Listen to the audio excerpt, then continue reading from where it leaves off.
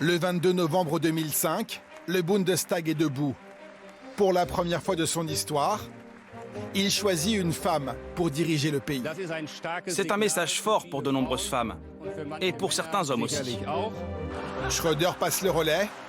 Merkel débute un long chemin politique à la tête de l'Allemagne. Je jure de consacrer mes forces au bien du peuple allemand, d'accroître ce qui lui est profitable, d'écarter de lui tout dommage. La première femme chancelière deviendra l'une des femmes les plus puissantes au monde.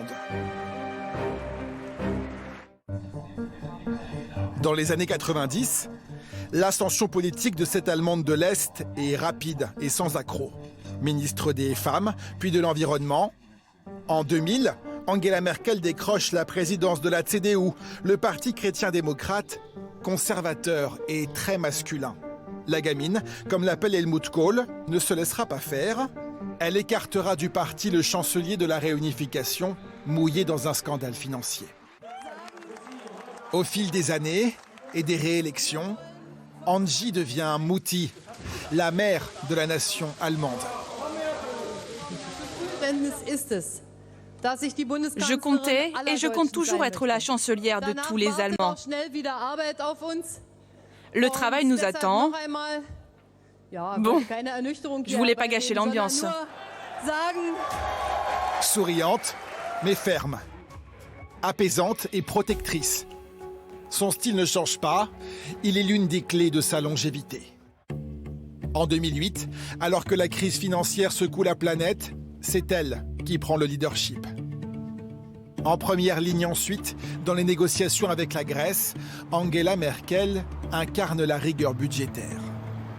Je crois que la Grèce sera capable de retrouver le chemin de la croissance, mais la route sera longue. Et au vu des négociations de ce soir, difficile. En Allemagne, deux décisions politiques très fortes marquent les esprits.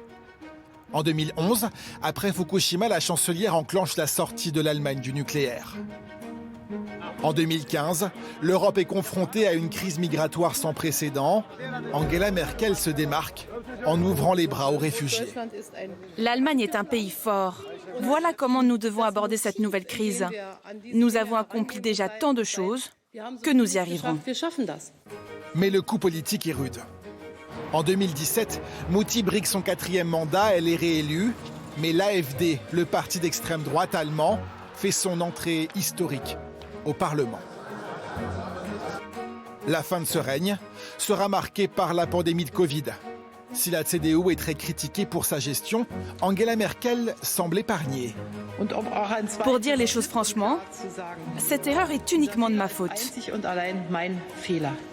Un mea culpa en mars dernier résume sa manière si singulière de gouverner.